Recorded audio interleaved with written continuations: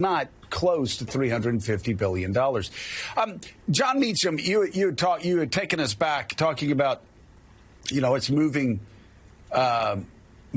further back than the post-World War II order. You talked about this being pre-1914. I am curious. There are a lot of things that are happening in Washington and have been happening over the past couple of years where there really aren't a lot of parallels. I suspect, though, this view of the world, what is old is new again, this view of the world that Donald Trump is bringing in to the White House and sort of smashing this post-war order that has seen the United States dominate the world economically and militarily in every other way, culturally, you name it. We've dominated since the end of World War II.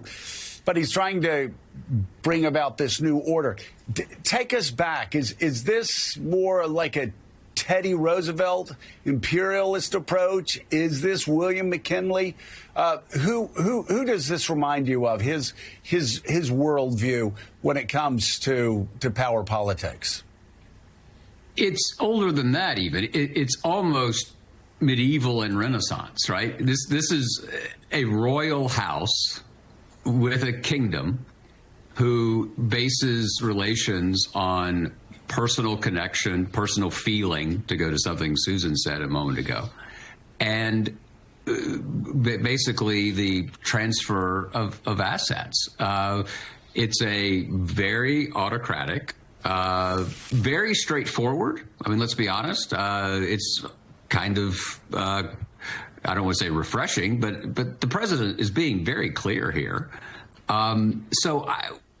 One of the things that I think is really important here is to remember that we are now living, to shift from a historical metaphor to a cultural one, we're now living in the Sopranos, right? This is a protection racket. Basically, President Zelensky is being asked to come to Washington to pay for our protection. And one of the most revealing moments, I think, of the last couple of weeks was in some comments the president made. It was about the Associated Press situation in the White House. And I believe I have this almost exactly right, but it's certainly the essence of it. The AP doesn't do me any favors, so I'm not going to do them any favors. That's the way the world works. That's the way the world works. That's where we are. And there's not a lot of diplomatic thought here.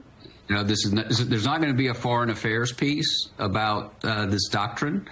That's the way the world works. Yeah, I mean, it's, by the way, your metaphor with the Sopranos is one that's been used by members of Congress. Jim Himes, ranking member, a Democrat from Connecticut, said the same thing. It's a protection racket, except, as we've been pointing out, so far, no protection, just the racket. So that's why Zelensky will be at the White House today seeking a little bit of that protection. If I'm giving up my minerals, you got to make sure that they're not going to invade. Presidential historian Jon Meacham, again, walking us from medieval times all the way up to late 20th century New Jersey with the Sopranos. Well done, John. Thank you. Join us now for